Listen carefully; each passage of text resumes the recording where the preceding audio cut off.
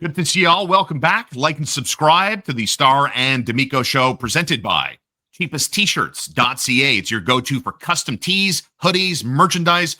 They're proudly Canadian owned. That means buy today, ship today, deliver tomorrow. Fast shipping, no minimum orders, and unbeatable prices. Get yours today at cheapesttshirts.ca. Don't forget your home away from home for all Montreal Canadian games and Marco's favorite place for chicken tenders and butter chicken pizza. It's McLean's Pub. Yeah, you see what I'm saying? Check them out at mcleanspub.com, 1210 Peel, and you can see Starr and D'Amico there live in person, October 22nd from 7 to 8. Shout out to our friends at Little Bear at littlebearonline.com. Chuck and Evie, they're amazing staff, take care of your pet, and love it as much as you do. They have great local foods and some of the best apparel and accessories from around the world. And welcome in Catherine Prince, certified real estate broker with RE/MAX Platinum. If you're thinking about buying or selling your home in the South Shore or anywhere in Greater Montreal, check out our website, Catherine with a K, catherineprince.ca. Call her, 514-702-2474. Marco D'Amico, the Montreal Canadiens prospects had themselves a very interesting weekend. We've been talking about this. You've been warning us for months and months and months about Michael Hage from the University of Michigan. Not too much pressure, but one of the centers of the future for the Montreal Canadiens. But I remember you telling us in the summer that Michigan was kind of loading up. They were going to surround this guy with a lot of talent. And holy shnikes, this man had a weekend. How impressed should we be by the 7 points in 2 games that Hage was able to put up?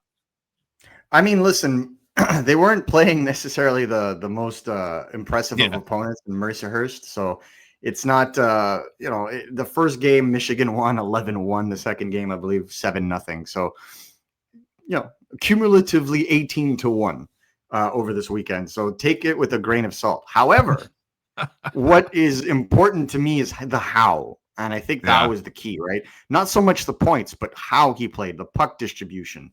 Will Horkoff, is a first-round pick for the Pittsburgh Penguins. He scored 5 goals this weekend. I believe Michael Hage assisted on all of them. I think most of them. I think 4 of 5. And Michael Hage had 2 goals of his own. One actually really pretty goal on the Friday night. And to me, those are not the important things. In fact, he was good on the draws. He controlled the center of the ice. He was physical. He didn't get pushed off the puck. I really liked what I saw from him. And for those that follow me at RG, there will be an interview published with Michael Hage shortly. But I'll give you a sneak peek into what we spoke about. And one of them was everyone's anxiety around him being a center in the NHL. And point blank, the comment was, I'm going to do everything in my power to develop as a center. And I think you saw the work he put in. He said, having a little bit more faith in the defensive side of the game, making sure you're harder to play against and you play hard, because those are 2 different things. And then also just being more assertive with the puck in danger areas. And I think that's exactly what you saw here. Now, I'd like to see it against, a Big Ten team, like a Division I NCAA team. We'll see when we get there. But definitely you saw it in his game. And I think the chemistry that he has with Malcolm Spence, who is a 2nd-round pick for the New York Rangers, is really evident. Those 2 together, first of all, those 2 are best friends dating back to when they were kids, played on the same street and everything. And now they're together in Michigan, and it was really nice to see them go. And then his chemistry with Will Horkoff. But basically what I was told out of Michigan is it's really, really difficult to not have chemistry with Michael Hage. And that to me is very important, because if you're a center and you can develop chemistry quickly, well, then you're going to be a line driver in your league and potentially higher leagues later on. Hey guys, before we dive right back into Habs talk on the Starr and D'Amico show, a very quick shout out to a great friend of the show, Catherine Prince, certified real estate broker with RE/MAX Platinum. You can find her website right here at catherineprince.ca. That's Catherine with a K, prince.ca. So if you're thinking about buying or selling a home on the South Shore or anywhere in Greater Montreal, Catherine is the person you want in your corner. She's got the experience, the patience, and the people-first approach that makes the process smooth and stress-free. I love that her focus isn't just on transactions. It's also helping families through some of life's biggest moves, as you can see right here in the testimonials. It speaks for itself, does it not? Whether you're upsizing, downsizing, maybe you're moving closer to the Bell Center to be near the Montreal Canadiens. Catherine has you covered. You can check her out at catherineprince.ca. That's Catherine with a K, prince.ca. You can reach out to her, tell her you heard about her on this show, and you can contact her right here at Catherine with a K at catherineprince.com. Call her at 514-702-2474. Big shout out to friend of the show and a friend of yours, Catherine Prince. Now, back to the show. I saw like a mock lineup for Team Canada. Michael Hage, obviously, a part of that. And they didn't have him down the middle. They had him on the wing. So, like, my question to you, like, is, I mean, I don't want to talk about Team Canada in early October, for the ahead of the World Juniors, but I'm more interested in like, to me, it's more about Michael Hage and how big of a deal, what do you think this fan base would make of it if, he plays collegiately down the middle, but as he grows in terms of being a hockey player and goes from amateur to professional, he moves to the wing. Like it's not the end of the world. It wouldn't be a disappointment, right? Fact check me if I'm wrong, but I'm pretty sure Nick Suzuki played on the wing for the World Junior Championships in 2019. And I think he played with Morgan Frost, who was the center on that line. I could be wrong. Right. Again, I'd have to go and double check. Yeah. But everybody thought Suzuki was going to wind up on the wing. Remember? Right. Yeah. And fair. Here he is. Even when he got the contract, I remember the criticism when he got the contract from Bergevin. He's like, "You're paying this guy number one center. He's not a number one center. He wouldn't be a number one center on most clubs in the NHL." Here we are now. Funny how players develop. Right. Oh, we have patience. Right. I understand. Yeah. But I think I think Suzuki always had the ability to play center. He played center in junior beautifully, but people were worried about the size and this and that. And Suzuki did a really good job of bulking up and being more assertive with the puck at the pro level and thinking the game like a center and being really good puck distributor. And that's what ended up happening. So I think, Michael Hage in the NCAA, perfect opportunity for him to kind of grow that and show that he could be that center. And if he plays wing, that's fine. That's just people placing him there. You want to know one thing? Yeah. If he makes that team, he's going to be, I think he would be one of the more valuable, versatile players that you could play anywhere in your lineup, PK, power play, 5-on-5, center, a wing, you name it. There's some silver lining.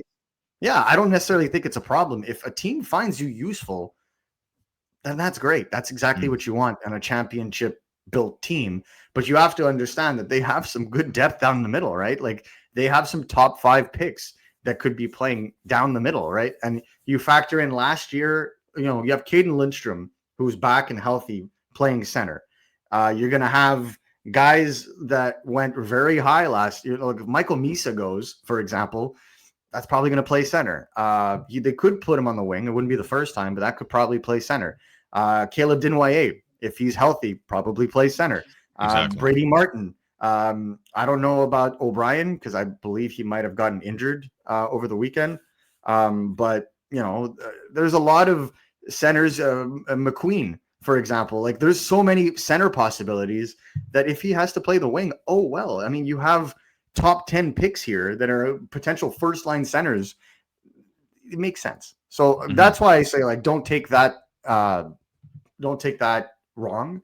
And in fact, I do have a section in my upcoming interview with Michael Hage where we do discuss Team Canada, and I'll summarize it for you. But it's just about wearing that putting your country's color on and doing everything you can to help them win. Yeah, he's a real one. Let's talk about some other prospects that had some good showings. In Denver, we can talk about Sam Harris throwing his weight around, scoring big goals, scoring a natural hat trick. Let's get into LJ Mooney, who, of course, Marco, you've covered quite closely. But let's start with, to me, when I think about prospects across sports, the projection is about as you move along, you're checking boxes, doing things people expect you to do. Let's start with, what Denver hockey was able to get out of Sam Harris. Big hits, completes the natural hat trick for DU. What type of player are we going to be watching this fall and this winter? A little bit more of the same, right? Sam Harris is, always had strong starts. Now, granted, the game over the weekend was an exhibition game, so it will not right. that it won't not go in the books. But basically, it's more of the same, just a snipe show to start. And with Sam Harris, I see a player that could eventually sign an entry-level contract and join Laval the same way we've seen a lot of overagers, guys that stay in the NCAA that were drafted overage often do. I think Denver's got a fantastic program. I think, they've produced really, really good NHLers of late. Zeev Buium, definitely at the top of that list. But, Sam Harris's shooting mechanics, I've always liked. It was more the rest of his game, and you're kind of seeing him around that out, being a little bit more physical, more two-way attention. And I think that's the best thing that you can do. And you got a coach like Matt Carl that is just phenomenal, that, in my opinion, should be getting NHL access to a coaching job. Almost did with the Chicago Blackhawks, but ultimately decided on going back to the NCAA. So to me, he's an interesting prospect to continue to watch. I'm not going to call him a blue chipper like the next one. But definitely, I think one of those like late round picks that has a little bit more value than you would assume. Now, LJ Mooney scored the first goal of his collegiate career, had 2 points in 2 games.